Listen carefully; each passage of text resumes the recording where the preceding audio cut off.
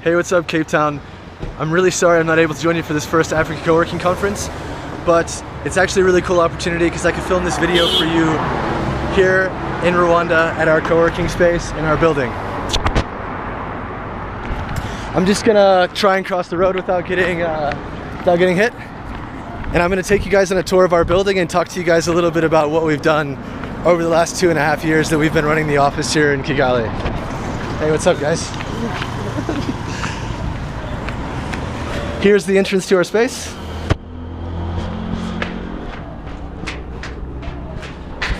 We had JR, a very well-known street artist from the Inside Out project. They sponsored a collaborative project between us, a local HIV/AIDS organization fighting stigma, and 2 local arts organizations to cover our entire building in pictures of people that have HIV and people that don't, to confront HIV stigma. And it's actually quite cool because it means our entire building is covered in photographs of our community. This is the office for Educat, an organization that does entrepreneurship training in Rwanda. I'm just gonna walk in and show you their space.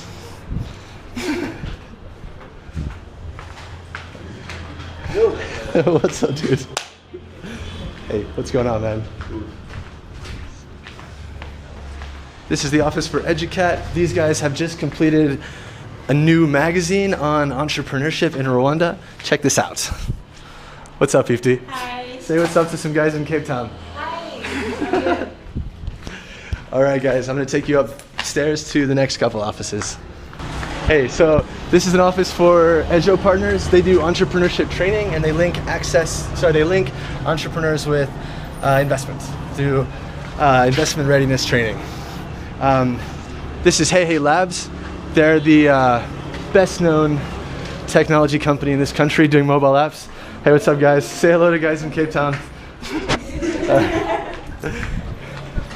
All right, and then next, this is the office. This is our current co-working space, but we're actually in the process of reopening this space as Impact Hub Kigali in partnership with several members of our community, and we're actually giving everyone that works out of our space the opportunity to buy equity into this new co-working space so it can actually be community owned. You'll see when we walk in, that we're just in the process of doing a little bit of construction, knocking some walls down. What's up, Poncien? Hello, guys.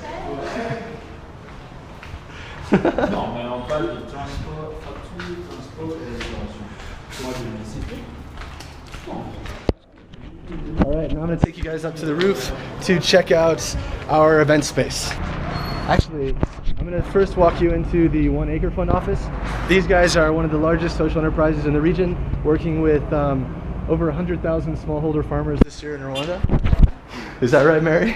What's up? Hey, guys. It's a hot afternoon, so most people are out of the office. This is actually where our co-working space first started, back in October 2012, just in this section of the office here, where the tables are. Cool. And now I'm going to take you upstairs to check out our event space.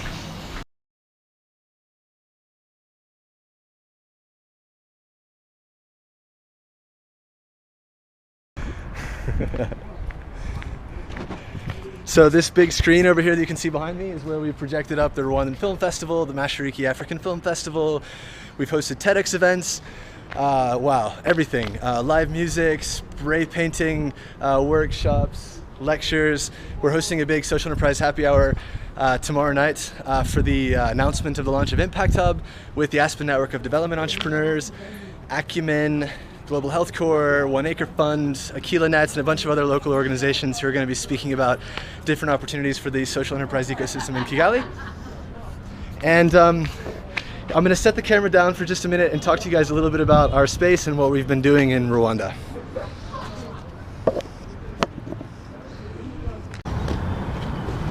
Cool. Thank you guys for taking that wobbly selfie video walking tour with me around our community building in Kigali, Rwanda. For those of you who don't know about Rwanda, it's considered by the World Bank to be the third best business environment on the African continent, behind only South Africa and Mauritius. Real GDP growth has averaged around 7% over the last decade, and Rwanda is reducing poverty at a rate unprecedented on the African continent. Between 2007 and 2012, 12% of the Rwandan population were lifted out of poverty. That's really only comparable to a handful of East Asian countries such as Vietnam, South Korea, and China. Rwanda does still face some unique challenges though. It's essentially double landlocked, which means the majority of our imports pass through Kenya and Uganda to reach Rwanda. And this makes our imports incredibly expensive, pushing up the local price level, and it also makes Rwanda very uncompetitive for exporting manufactured products. So Rwanda's principal exports remain coffee, tea, minerals, and growing emphasis on tourism services exports. Moreover, roughly 85% of the Rwandan population is employed in smallholder farming, 60% of the Rwandan population is below the age of 30, and GDP per capita is around $650. To put that into context, that's about 1/60th of the average GDP per person in the United States. As a result of these factors, the Rwandan government is intending to leapfrog the industrialization phase of development, moving directly from an agriculture-based economy to a post-industrial services-based economy. And that's actually why we started the office in October 2012. Because like many of you, we drank the Kool-Aid of where good ideas come from. We wanted to create a space where innovative and creative people could come together and build something bigger than the sum of their individual parts. We started in a small space downstairs that you saw is about 70 square meters, and with 12 members hosting, movie nights, TEDx viewing parties, small lectures. And over the last 2.5 years, we've taken over the top 4 floors of our building, which is about 800 square meters. We've taken over another space in another neighborhood called Kachiru, which is on that ridge in the distance. In partnership with a new technology incubator called Think, and we're actually also in the process of building a third space in Nyarturama, which is on a hill behind the ridge that you can see, specifically for technology companies in partnership with the large telecom, which is a joint venture between Korea Telecoms and the Rwandan government called Ole Rwanda Network. They're installing a 4G backbone across the entire country. Rwanda is going to have 4G reaching 97% of the population by the middle of 2017, FYI. And on an average day in this building, we have between 75 and 100 people working. We have another 35 to 50 working across our other 2 spaces, and we host between 25 and 150 people 1 to 5 nights a week on this rooftop for events. So now you guys know a little bit more about our space, a little bit more about Rwanda, and I've had the chance to introduce you to some of our members on this walking tour that I just took you on earlier. What I'd like to do now is to start a conversation with you all. I'm very sorry that I'm not in Cape Town to have this conversation with you in person, but I really hope that you'll engage with me via Twitter about this question I've written on the board behind me. How can we accelerate diverse social interaction and collaboration across an entire city? So I'm also going to show you my Twitter handle. It's @Jonomist.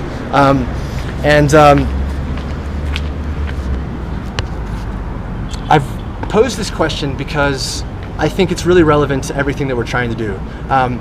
We know as co-working space managers that if we can accelerate the rate at which people come into contact with new people, new ideas, new ways of doing things, new perspectives, new inspirations, that we can accelerate innovation. In fact, the Kaufman Foundation conducted a study last year looking at St. Louis and found that the traditional approach of understanding entrepreneurial ecosystems, of looking at Silicon Valley or Boulder, Colorado, and identifying what are all the different components that these ecosystems have, like world-class research universities, venture capitalists, angel investors, entrepreneurs that have exited that can become mentors, co-working spaces, innovation hubs, you name it, right? They end up coming up with these long lists of all these things that are needed to build an entrepreneurial ecosystem. And what Kaufman Foundation actually found by looking at St. Louis was more important than any individual component of an ecosystem, of an entrepreneurial ecosystem, is actually the level of collaboration between entrepreneurs, between entrepreneurial support organizations, and between entrepreneurs and the entrepreneurial support organizations. This is something that many of us know intuitively, right? But it's not just about entrepreneurial growth and business growth and innovation. Social scientists have actually shown that if we can increase social interaction, particularly across diverse groups of people, that we can foster empathy, we can increase civic engagement, we can reduce crime, we can increase educational outcomes. Essentially, all social indicators improve if we can increase the rate at which people come into contact with each other outside of work and home.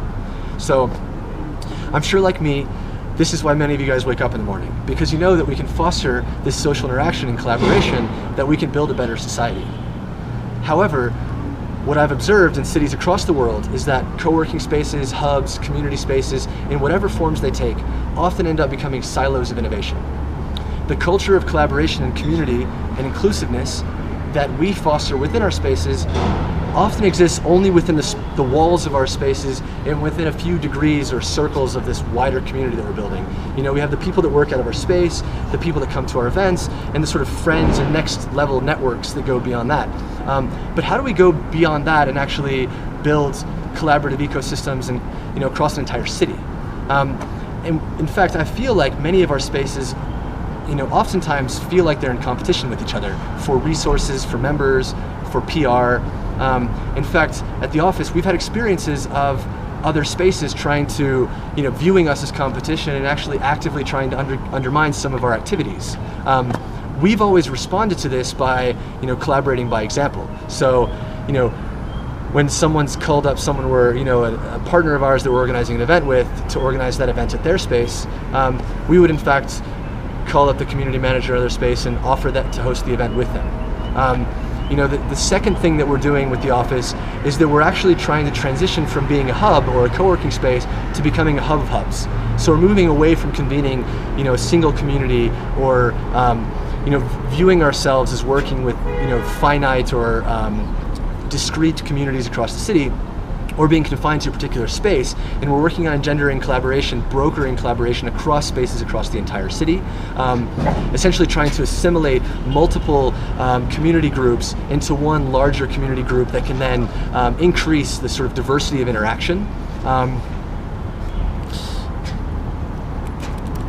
The office is also working on securing real estate and building a larger space for our community in Kigali. So that's another thing that the office is going to be doing over the next year, is working with real estate developers to actually secure some space, secure some land, and start building a much larger building where our community can work from.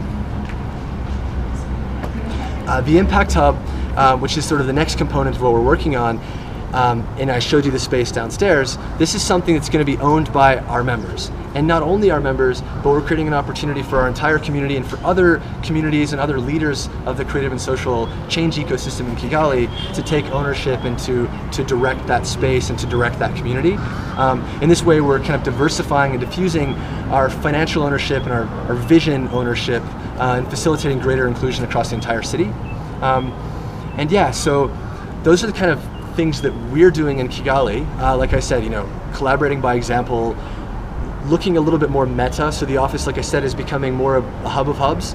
And then with the Impact Hub, which is going to take over all of the co-working space that the office previously was managing, it's going to be owned by our community. That my two co-founders for Impact Hub aren't here for this virtual presentation with me, but we're going to be hosting a large event here on this same rooftop tomorrow night in Kigali to announce the opening of Impact Hub. And we're, like I said, we're going to be creating an opportunity for a much larger group of people to own that space and to own that community. And so I'd love to hear from you all what you think about those ideas, and I'd love to hear what your ideas are for how you deal with this question in your own cities across the world and across this continent. And despite the fact that I won't unfortunately be able to join you in person, I will be following along with all of your conversations on Twitter, and I would love for you to tweet at me at Jean-Yves to engage in this conversation of how we can build more collaborative, basically accelerate social interaction across our cities. And I would also like to extend a warm welcome to all of you. I want you all to know that you have a couch to crash on and a place to work from whenever you're in Kigali, whenever you want. Thank you all very much for taking this tour, for hearing a little bit about Rwanda, and for letting me explain to you a little bit about what we're doing with the office, with Impact Hub, and a little bit about our dream for building a more collaborative ecosystem across an entire city. Thank you very much, and lots of love from Rwanda.